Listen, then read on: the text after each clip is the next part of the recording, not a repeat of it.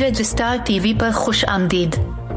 अब्बासपुर आजाद कश्मीर में आलमदीन को तेज रफ्तार गाड़ी ने कुचल दिया। एक तेज रफ्तार वीगो गाड़ी ने बुजुर्ग शहरी को टक्कर मार दी। बुजुर्ग शहरी मौलाना गुलाम दीन मौका पर जाँ बहक, एक खातून जख्मी। तफसीलात के मुताबिक अब्बासपुर के नवाही गांव दरियक से ताल्लुक रखने वाले बुजुर्ग शहरी जो हाल मुकीम मुजफ्फराबाद थे और काम की गरज से आबाई गाँव आए थे, आज फैजान मदीना अब्बासपुर में बदज नमाज जुमा एक तेज रफ्तार वीगो गाड़ी नंबर 300 जिसका ड्राइवर नोमान खुर्शीद वलद मोहम्मद खुर्शीद साकिन खाई गल्ला ने बुजुर्ग शहरी और एक खातून को बैंक रोड में बदज नमाज जुमा कुचल दिया, जिसके नतीजे में बुजुर्ग शहरी मौका पर अल्लाह पाक को प्यारे हो गए और खातून जख्मी हो गई।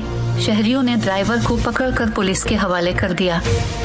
वीडियो पसंद आने पर लाइक करें, कमेंट बॉक्स में अपनी राय का इजहार जरूर करें और अपने दोस्तों के साथ इस वीडियो को भी शेयर करें। शुक्रिया।